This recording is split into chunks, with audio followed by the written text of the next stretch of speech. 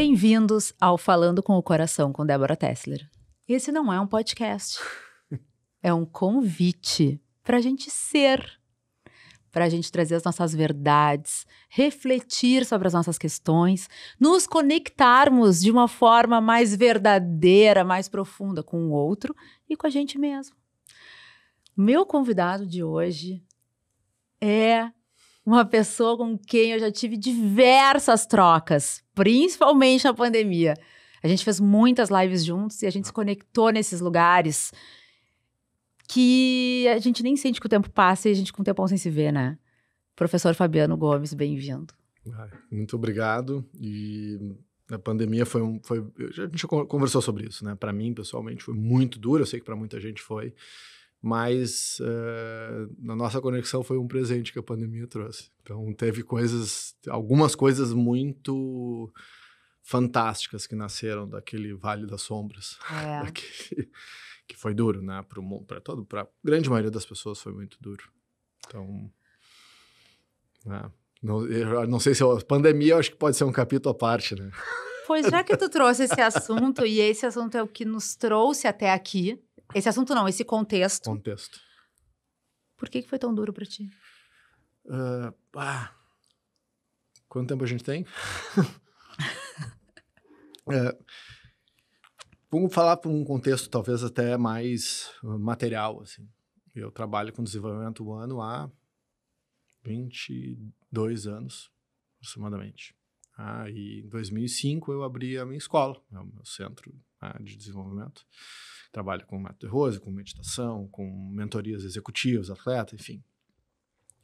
E trabalhar com educação no Brasil só dizer que tu é professor, as pessoas já te olham com uma cara, sabe, coitado, né? Tipo assim, professor, mas ok. Mas esse é o meu chamado, essa foi a minha vocação. Deixei de ser advogado e psicólogo para trabalhar com educação e abri o meu negócio, a minha empresa, em 2005. E aí, a melhor definição foi de um amigo meu do mestrado, né? A gente sobe de escada e desce de elevador. Então, de uma maneira metafórica, eu posso dizer que eu levei 15 anos, 16 anos, 15 anos para me tornar um centro de referência, não só regional, nacional, e inclusive fui para os Estados Unidos, para a Europa, andei pelo mundo palestrando sobre o que a gente faz. E 2019, eu lembro que durante 2018 e 2019 eu falava e pensava muito. Não sei como a vida pode ser melhor. Durante 2 anos eu tive uma vivência de coisas que eu só imaginava serem possíveis num mundo utópico, que é viver daquilo que tu ama, ter pessoas que tu ama à tua volta. Eu basicamente viajava para dar aula, talvez as duas coisas que eu mais amo fazer, viajar e palestrar e dar aula. Então eu conjuguei essas coisas e a empresa, eu com 20 pessoas trabalhando comigo, 200 alunos, e eu viajando pelo mundo. Tipo, bom, é isso, existe aquilo, e tem um lugar que a gente chega e que é esse lugar. Depois a gente descobre que vou chegar lá, não tem lá, né? Esse lugar, ele é dinâmico.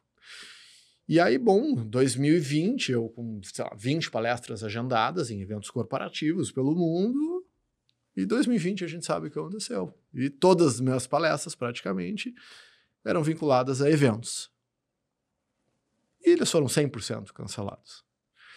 E aí, não foi de elevador que a gente desceu. A gente desceu, se atirou, né, do 15º andar. Então, houve uma desestruturação daquela construção de 15 anos de negócio. E a gente teve que se reestruturar completamente. E a nossa vivência era muito presencial, muito de conexão, muito de uma comunidade. E a gente se transformou numa escola online do dia para a noite, e a gente estava preparado. Eu tive um insight 5 anos antes, eu contratei consultor, a gente se preparou, tinha estudo, tinha todos os equipamentos, tinha tudo pronto. Então, um dia a gente fechou, no outro dia estava dando aula online. Só que isso impactou muito o mundo.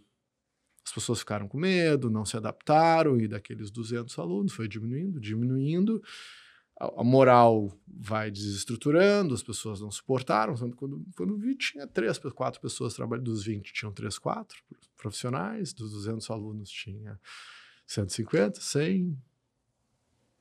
45, e aí foi... Então, nesse contexto que era aquilo que tu vive daquilo, né? Não só é o teu coração, é o teu propósito, né? Trabalhar com a educação, mas eu vivia realmente disso. E, de repente, aquela pequena reserva que eu tinha uma reserva que dava aí para uns meses, 18 meses de reserva eu tinha, foi para dar conta, para não mandar ninguém embora, né? Para seguir vivendo. E aquilo foi se esvaindo, e aí todas as consequências do que pode acontecer, né? De tu ser, que reinventar, né? Já com 43, estava com 46, estava com 43, e de se reinventar, né? E, bom, é outra coisa. Eu preciso fazer outra coisa, assim, quando a próxima, eu faço uma brincadeira, né? A próxima pandemia eu não vou participar. Não quero. Não me convida. Não me convida. Essa aí é aquela festa que tu entra desavisado. A próxima eu não vou. Bom, mas brincadeiras à parte, eu entendi que o mundo é assim. O mundo é assim. O mundo, daqui a pouco... Nós tivemos uma enchente há pouco. Que recém se recuperando da pandemia, a gente sofre um desastre que não é o cisne negro, porque há 70 e poucos anos atrás teve, e há 150 anos atrás teve. Então, a gente já sabe dessas coisas. Então, olha... O próximo desastre, o próximo tsunami, seja lá o que acontecer, eu preciso estar pronto, seja lá o que a vida me apresente. E esse foi o modelo. Só que, claro, estou resumindo aqui, porque eu tive que enfrentar todos os meus monstros, né? As minhas próprias incompetências, o sofrimento, o fracasso, o falir, né? E, bom... Só que a partir daí surgiram, né, nós nos reconectamos, né, depois de muito tempo. Eu mudei a minha estrutura de negócio. Hoje eu estou montando um novo negócio, que isso é um assunto para um outro momento, que vai ser muito mais legal, maior, tipo, vai ser espetacular, assim. Mas não veio desprovido de dor, muita dor. E eu só consegui transformar isso porque eu estava sofrendo muito, e eu parei de sofrer quando eu aceitei a dor. Porque dor e sofrimento são coisas distintas, né? Fala um pouco sobre isso. Quem fala bem sobre isso é o Christopher Germer e a Christine Neff. Eles são os grandes especialistas em autocompaixão e mindfulness do mundo. O cara é fantástico. E ele definiu dessa forma, a definição dele, né? A dor é inexorável. Não existe vida sem dor. Não vamos romantizar. E tem dores que são boas. Tem dores que são ruins, mas dor é dor, pronto. Agora, sofrimento é quando tu vai sofrer quando tu nega a tua dor. Ou qualquer sentimento dolorido, né? Então, o Jung dizia, tudo que tu reconhece te transforma, que tu nega te domina, que tu reconhece te transforma. Então, a forma de tu transformar dor em sofrimento é tu nega, oprime e finge que não acontece nada. Daqui a pouco tu vai ter um câncer, tu vai ter um burnout. Aquela energia que tu negou, aquela dor que tu negou, ela vai te fazer mal. Ela vai te governar. E ela me governou durante muito tempo. Até o momento que eu não tenho o que fazer, eu vou aceitar essa dor. Calma. Claro. Conta um pouco sobre o processo de aceitar, porque eu acho que também se banalizou a palavra aceitação. Tem que aceitar, mas como se aceita? Que pergunta cretina. Desculpa. Como que tu... Pra mim foi um processo muito duro, assim. É como se eu... Sabe a barganha lá dos estágios do luto? Primeiro tu tem a negação, depois tu tem a barganha, depois tu tem a raiva, depois tu tem E eu entre a negação e a raiva era muito sofrimento. Sofria muito, porque o mundo era injusto, eu tava botando a culpa em alguém, a culpa não era...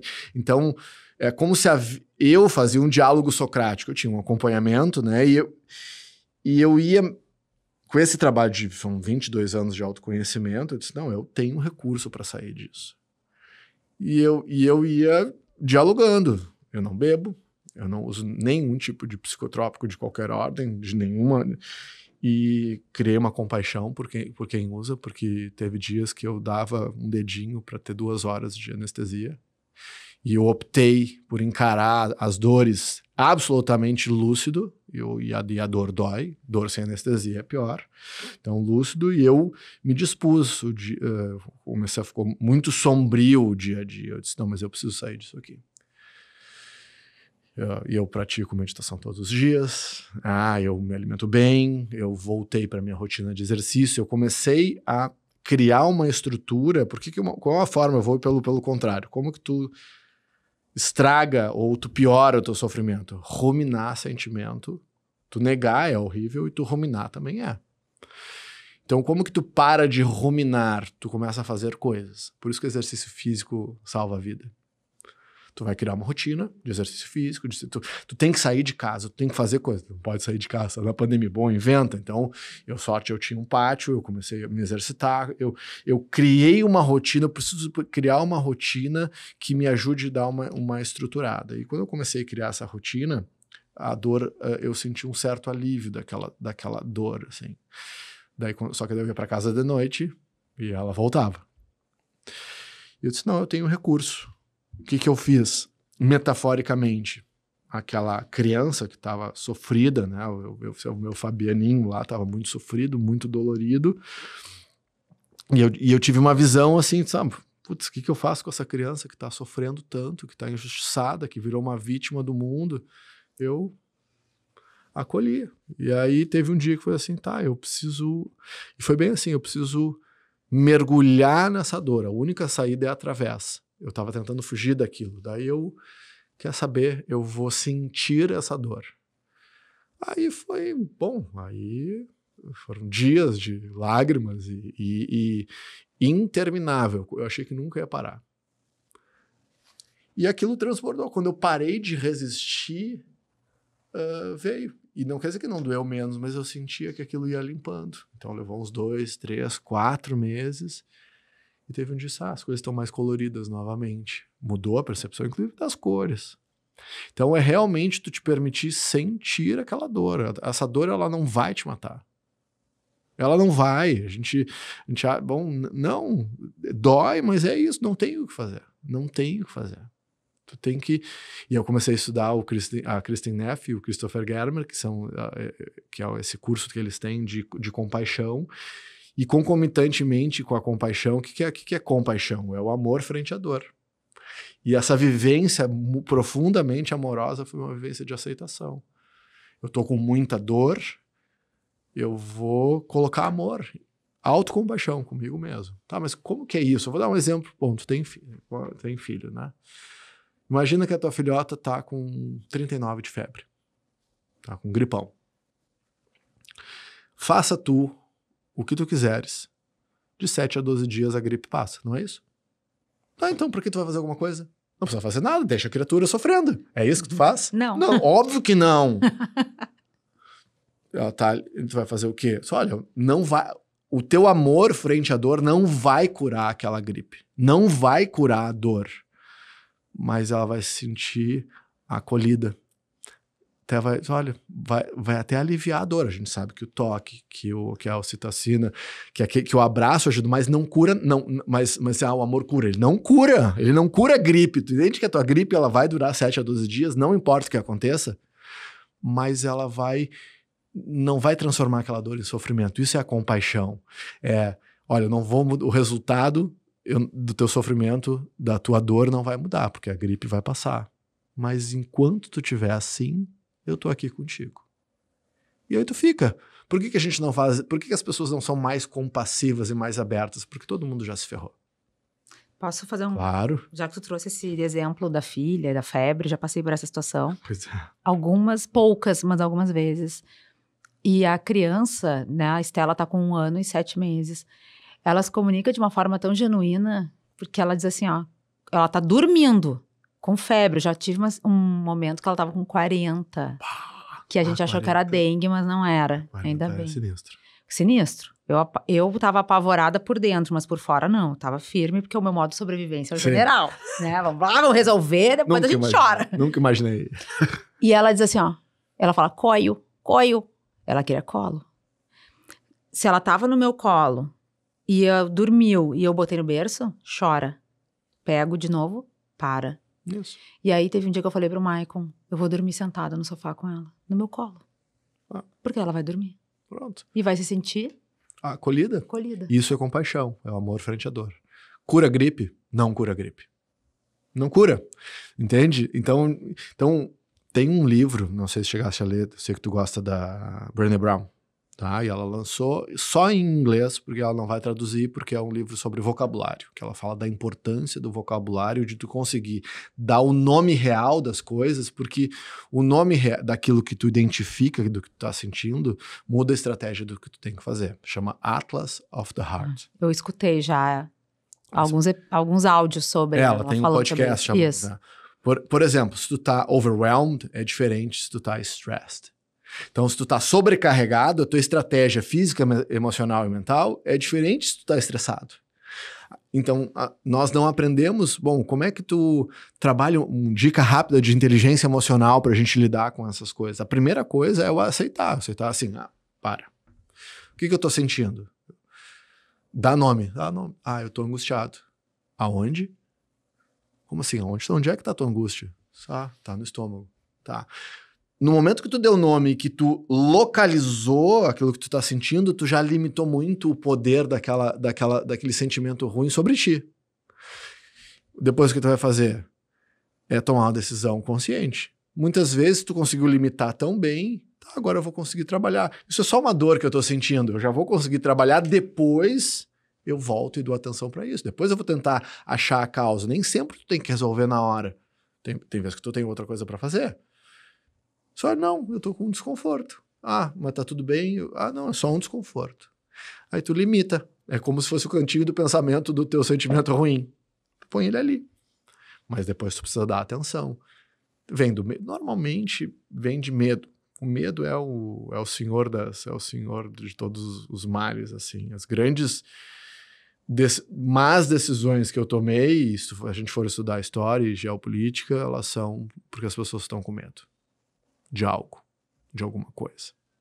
E aí elas fazem bobagem, porque tem medo do outro, tem medo do diferente, tem medo eu não te dou amor porque eu tenho medo de tu não me retribua. Então eu estudei muito esse momento da pandemia, já que a gente entrou nisso, foi um dos estudos mais profundos sobre amor que eu já tive na vida, assim. De amor próprio, de amor pelas pessoas, de um desenvolvimento de uma compaixão real, não teórica, porque a gente é inteligente, estudado, fala de compaixão. Não, é vivenciar a compaixão, principalmente pelos opostos, que eu acho que é uma das, talvez, se não dois grandes males da humanidade. Um é a superficialidade. Tudo é superficial. Relacionamento superficial, as pessoas não leem, elas usam o aplicativo 12 minutos, como se fosse a mesma coisa, elas conversam com o ChatGPT e não leem. Eu vejo que, mas não estudo o teorema de Pitágoras porque eu não vou usar. Mas e o teu cérebro não vai se desenvolver se tu não ler? Não adianta. Talvez esse conhecimento não sirva para nada, mas vai servir como musculação pro teu cérebro. Então a gente é superficial em tudo. E eu acho que sempre foi. Só que antes a gente era superficial no nosso pequeno grupo, agora a gente é superficial globalmente porque tá todo mundo conectado. Então a superficialidade é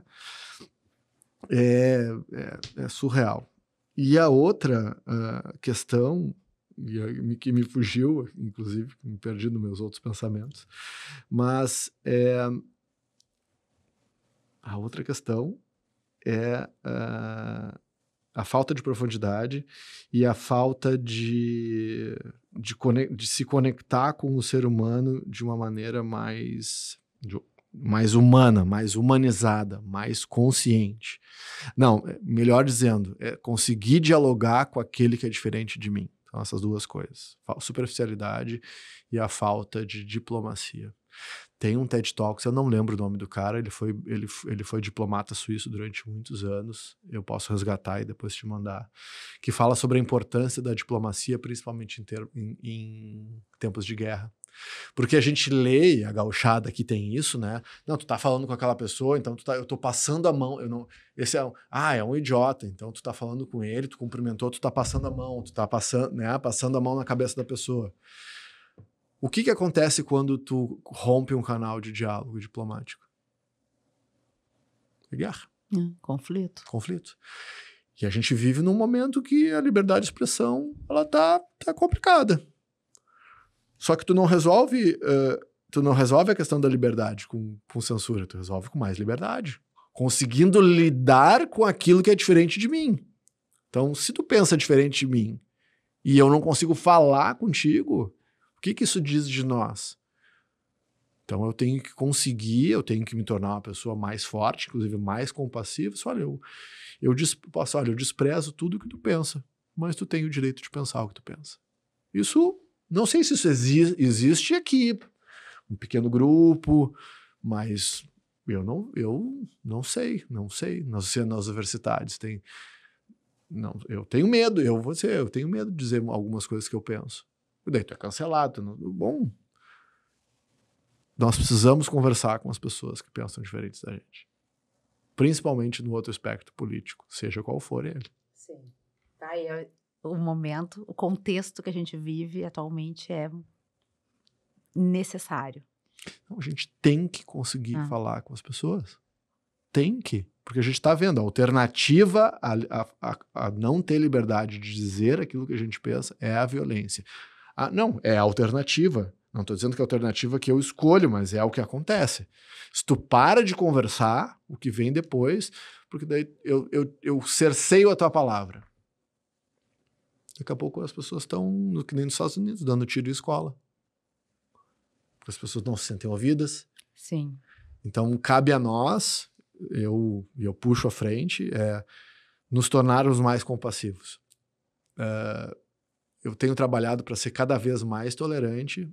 Tem um binômio, tolerância e paciência, que eu defino como coisas diferentes. Tá? Eu tenho sido cada vez mais tolerante, cada vez menos paciente. O que é ser tolerante? Se tu é um imbecil, um ogro, um nazista, esse é o problema teu.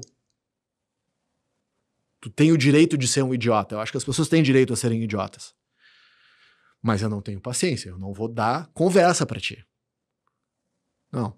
Se o teu modo de vida idiotizado e violento entrar dentro daquilo que é a minha vida, os meus valores, eu vou defender, inclusive se precisar defender fisicamente quem eu precisar defender.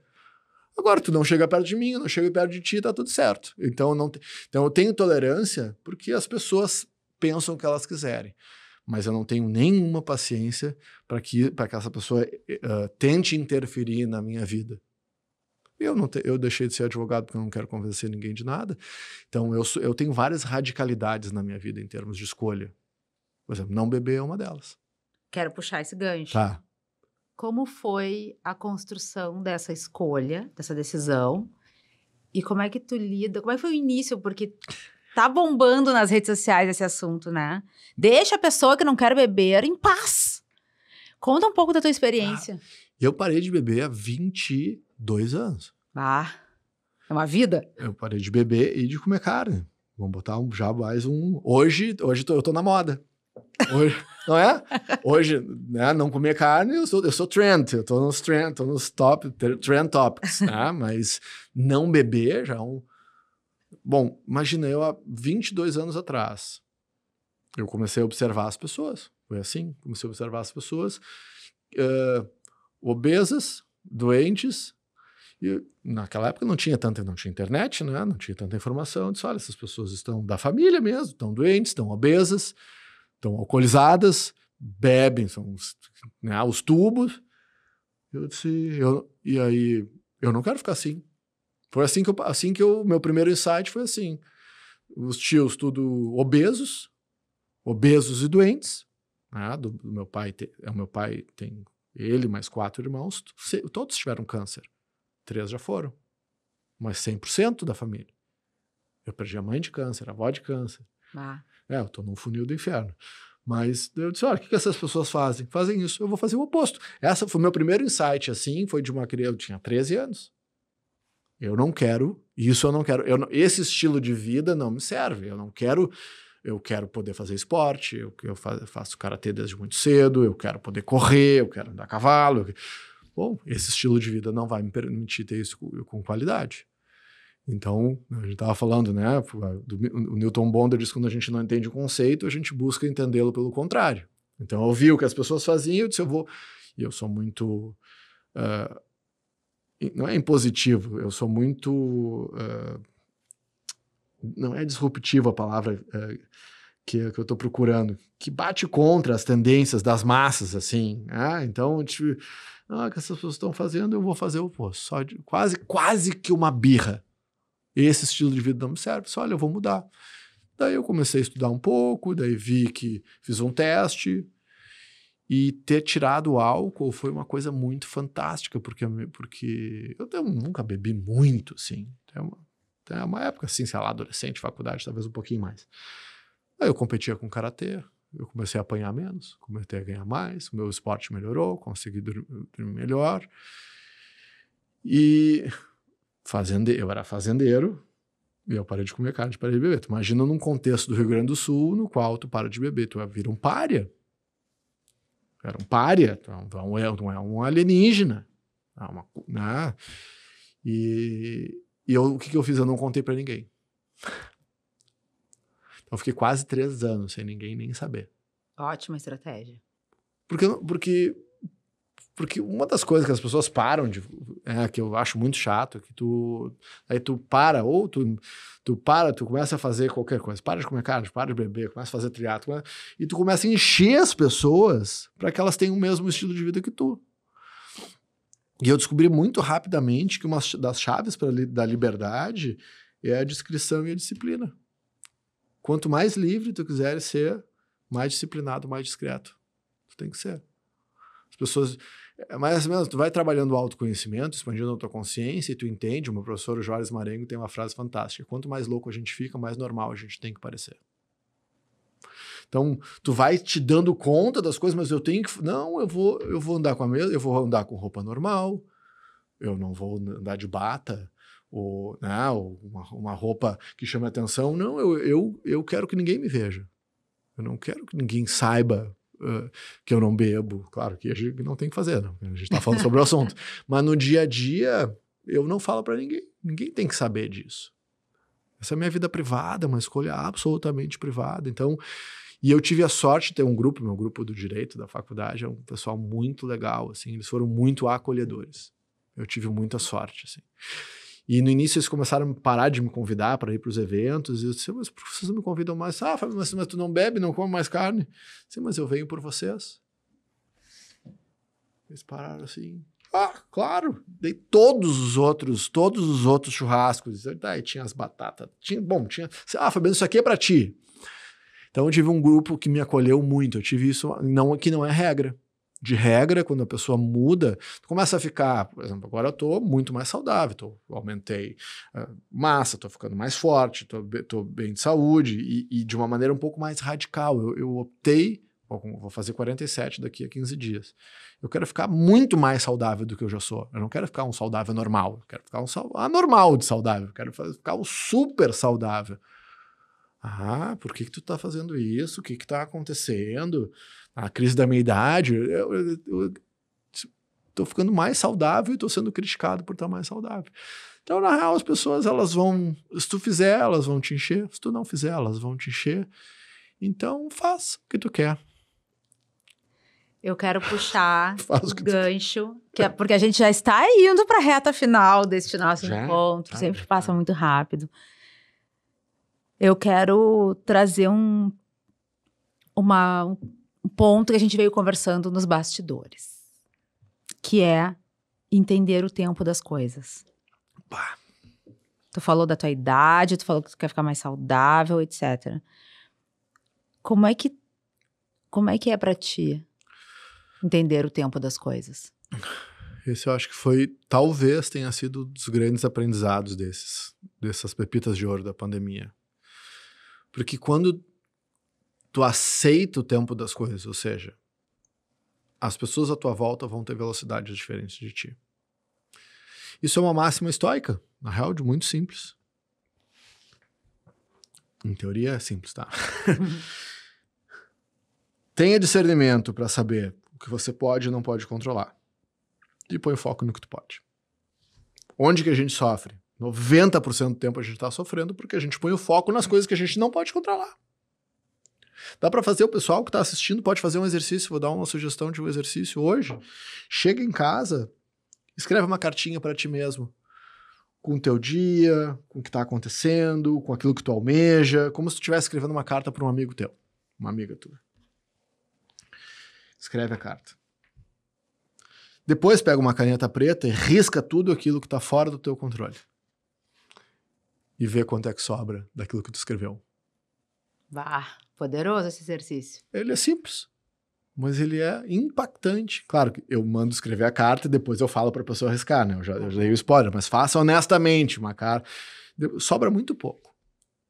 Então, respeitar o tempo das coisas é entender que existem coisas que são fora do nosso controle. E que tá tudo bem tu sofrer um pouquinho. Porque o teu presidente não foi eleito. Porque a pessoa que tu ama se separou de ti. Porque o teu filho não tá fazendo a faculdade que tu quer. Porque o mundo não importa. Na real, a única coisa sobre a qual a gente tem algum controle e tem o potencial para ter um controle de 100% é uma lógica lá do Frankl, né? Que é o nosso querido lá, Viktor Frankl. Ele tem um aluno que era grego, chama Alex, não sei se ele é grego, mas a origem grega, chama Alex Patakos, que ele escreveu um livro chamado Prisioneiro dos Próprios Pensamentos. Ele foi aluno direto do Viktor Frankl. A única coisa que a gente pode administrar realmente é como a gente sente em relação ao mundo. E isso é administrar o tempo das coisas. É tu fazer o melhor que tu pode para te desenvolver, almejando o resultado, mas absolutamente desapegado do resultado. Tu tem que almejar o resultado, mas se desapegar dele. Não sei se tem alguma coisa mais difícil na vida.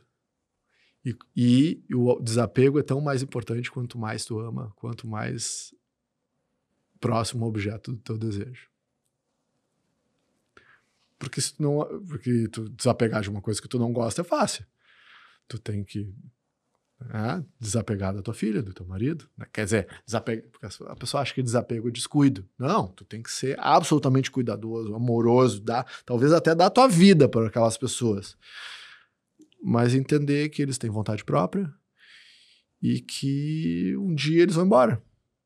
Eu aprendi da maneira mais dolorida possível. Minha mãe tinha 46, tinha a minha idade. Então, eu não via minha mãe envelhecer. Ela, com 46 anos, morreu de câncer. E eu fui obrigado a me e eu entendi depois, eu consegui respeitar a ida dela, mas eu fiquei muito tempo dolorido, quase com raiva dela, porque ela foi embora muito cedo. Claro que isso, depois de anos de terapia, eu consegui entender, né, esse negócio. Mas o tempo das coisas é isso, é realmente tu colocar atenção naquilo que tu pode administrar. Porque as outras coisas não tem como. A gente não tem... É uma ilusão. Essa é uma ideia que a gente tinha que ter desapegado lá com 20 anos. Que é achar que a gente tem como controlar como os outros se sentem em relação a ti. Tu tem que fazer o melhor que tu pode. Ser correto, ser ético. A gente erra pra caramba. Bom, eu errei, nem dá vários capítulos do meu livro foram as cagadas que eu fiz. Mas se dedicar para as pessoas e para si próprio, se dedicar com gentileza e com compaixão às pessoas que a gente ama sem esperar nada em troca. Tu tem que esperar em função de uma reciprocidade. Nós dois temos que fazer isso para que isso funcione. O conceito lá do Geschäft, né? Do judaico, que é uma coisa sagrada. As escrituras judaicas dizem que o Geschäft ele só pode ser feito entre dois homens santos. Porque o negócio é sagrado. Né? Por quê? Porque nós estamos aqui fazendo um negócio. Se precisar brigar contigo para que tu tenha o melhor resultado, eu vou. Só que do outro lado tem alguém também que se precisar brigar comigo para que o meu resultado seja melhor. Então eu tô fazendo um negócio contigo buscando o teu melhor resultado e do outro lado também. É uma lógica diferente do que normalmente a gente faz nos relacionamentos. Eu vou buscar o que é melhor para mim, tu força o que é melhor para ti, mas só que daí eu não tô fazendo um dueto, eu tô fazendo um duelo. O que a gente precisa é que os relacionamentos, seja qual for, eles sejam duetos, eles sejam um tango, tu dá um passo para trás, eu te acompanho, depois eu dou 2 para trás, tu me acompanha. Um tem que lutar pelo outro. E pode não dar certo. E se não der, eu vou ficar triste, E tá tudo bem. E aí eu lido com isso. Então é não fugir, não foge da tristeza. Lá vem e aí a gente dança um tango com a tristeza. Como é que tu tá lidando com a passagem do tempo? Sabe que eu tenho essa anomalia, né, na minha vida, que foi ter perdido a mãe muito cedo, né? E eu acho que isso me fez relacionar com o tempo de uma forma diferente, talvez, da maioria das pessoas. Porque ao mesmo tempo que sei que o tempo acaba, e pode ser hoje, pode ser a nossa última conversa hoje. Pode. Pode ser. E aí a pergunta filosófica que a gente faz é assim, tá, mas se eu soubesse que amanhã eu não estaria mais aqui, eu estaria aqui falando contigo? Sim, eu estaria. Estou num lugar que eu quero, mesmo que amanhã eu não existisse mais. Claro que é um exercício duro de fazer, mas ele é importante. Então,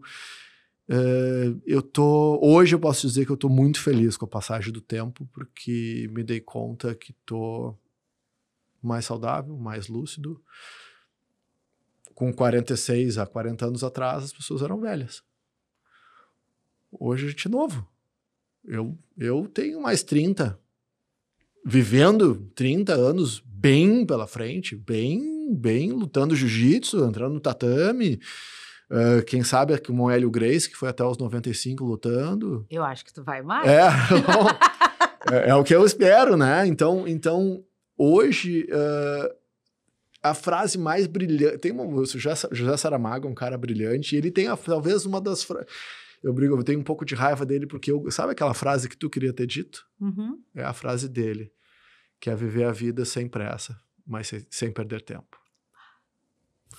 Esse binômio é hoje, é um mantra que eu busco viver a minha vida através dele. Sem pressa, mas sem perder tempo. Então hoje eu vejo o tempo como um aliado. Porque se o tempo pode ser um aliado. Ele pode ser, ele deve ser. Se tu tiver consciência, ele vai ser teu aliado. E sem ficar desperdiçando o teu tempo, mas vivendo o teu tempo. Se não tiver amanhã, bom, eu fiz o que eu pude. Porque esse é o meu desejo mais profundo para qualquer interação que eu tenho, principalmente como professor, né? Como tu me apresentou.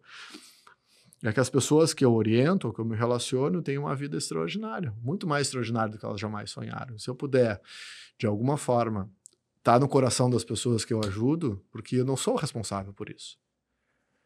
Então, se eu puder te ajudar a ter uma vida extraordinária, essa vida é tua. Tu é a responsável, tu é a heroína. Eu te ajudei, ok, mas o mérito é teu. Mas se eu puder estar num lugarzinho guardado ali no coração, tá, eu sei que tu é responsável. Mas o Fabiano tá aqui comigo, ele caminhou um pouco comigo, parte dessa estrada, me empurrou um pouco, me carregou um pouco quando eu tava com a perna machucada.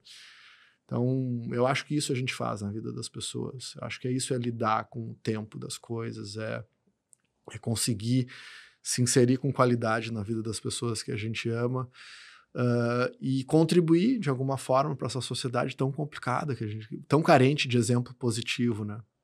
Eu muitas vezes olho para trás para ver coisas erros que eu fiz por incompetência, assim, e tenho que ter compaixão, porque eu tenho vontade de matar a mim mesmo, aqueles erros que eu fiz, eu não cometeria de novo. Eu fui muito incompetente em vários momentos, mas se tu tiver meia dúzia de neurônios, tu vai evoluindo. Eu não sou uma árvore, eu não estou plantado, eu posso sair de onde eu estou, eu posso mudar de opinião. Eu devo mudar de opinião sobre as coisas. Se eu refletir, né? Se eu ler. Então, acho que hoje sinto que o tempo virou meu aliado. Que bom. Eu quero deixar um convite para quem está nos assistindo que vá até o meu perfil no Instagram, @DéboraTessler, e procure a live sobre como ter uma vida extraordinária, que a gente fez juntos faz uns 2 anos, mais ou menos. Foi uma das últimas lives que eu fiz antes do nascimento da Estela, que é sensacional. Foi uma troca muito potente. E eu quero agradecer a tua presença. Eu que agradeço. Que bom que tu gostaria de estar comigo se tu não estivesse aqui amanhã. Eu tô feliz. Nesse momento, eu tô muito feliz, assim. Tô emocionado. Tá? Sabe que eu tava pensando, a gente veio juntos pro estúdio, tá? Então a gente já trocou uma ideia nos bastidores. E eu fiquei pensando, não compartilhei contigo, vou deixar agora gravado, que todas as pessoas que eu contatei, que eu convidei até agora para estarem aqui comigo, elas quiseram estar, porque foi um convite meu. E galera, não faz roteiro, é tudo do coração. O que eu sinto, eu acabo trazendo. E a gente vai fluindo. E isso eu me sinto privilegiada. Legal. Que quando eu te chamei, tu me disse, contigo? Vou? Não sei o que é, mas já tô... Vambora. Não importa. Então, eu agradeço muito. Acho que a gente construiu, se reencontrou e construiu um lugar muito especial de troca, né? E É verdade. na pandemia, e a gente manteve isso, né? Não, a gente ficou um tempão sem se falar, mas de repente a gente aparece um na vida do outro. Isso é uma coisa legal de amizades que se constrói ao longo do tempo. E são amizades não demandantes. Porque se não puder... Bastante a gente não consegue falar. Não me liga. Não é isso. Eu disse, eu quero ser uma amizade não demandante. Se a gente precisar ou quiser, se conecta, mas se não der também tá tudo certo e a vida segue, né? Sim. Legal. Obrigada. Eu que agradeço. Esse foi mais um episódio do Falando com o Coração. Olha a emoção do professor Fabiano Gomes. Viu? Eu nem chorei hoje. Tá quase, ó. Tá quase. Mais 2 minutos. Eu vou abraçar ele e acolher aqui as lágrimas do professor Fabiano Gomes. Beijo. Tchau.